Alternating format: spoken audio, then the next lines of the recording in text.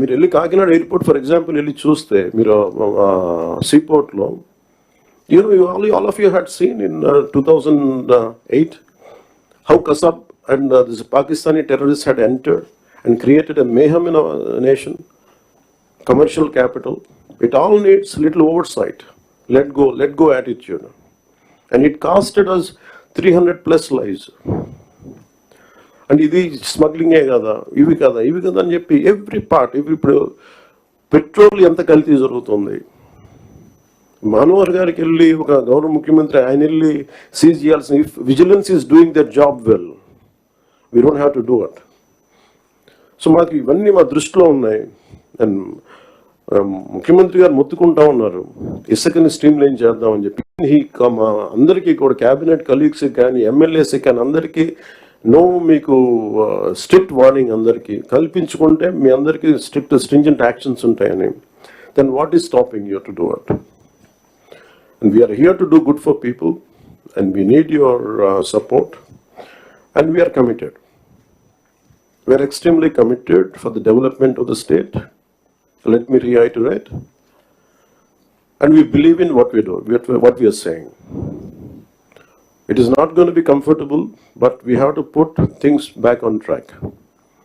ఒకవైపునేమో మనం కట్తా ఉన్న మెడికల్ కాలేజీలు అమ్ముతానంటాడు, మరోవైపున మనం కడతా ఉన్న పోర్టులు, ఎందుకు మీ రామాయపట్నం పోర్టు దశాబ్దాలుగా చూస్తూ ఉన్నాం.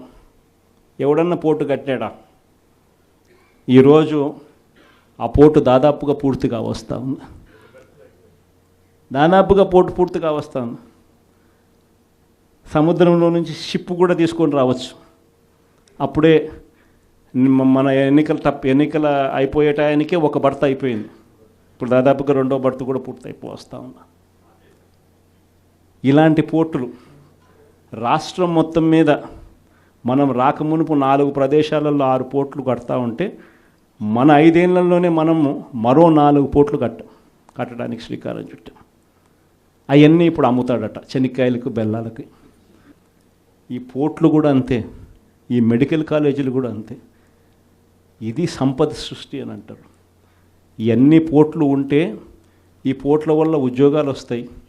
ఈ పోర్ట్ల వల్ల రాష్ట్ర ప్రభుత్వానికి అదనపు ఆదాయాలు పెరుగుతాయి. దీన్ని సంపద సృష్టి అంటారు. ఇదే పోర్టు ఈరోజు కట్టడానికి 4,000 కోట్లు అవుతుందని అనుకుంటే, ఇదే పోర్టు ఇంకొక 10 ఏళ్లలో ఇదే పోర్టు కట్టడానికి 4,000 కాదు, కావాల్సింది 10,000 కోట్లు కావాల్సి వస్తుంది.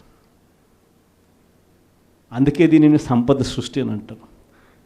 పద్ధతి ప్రకారం అమ్మే కార్యక్రమాలు పెట్టినాడు తన దగ్గర వాళ్ళకి అందరికీ కూడా. ఇవన్నీ కూడా జరుగుతూ ఉన్నాయి.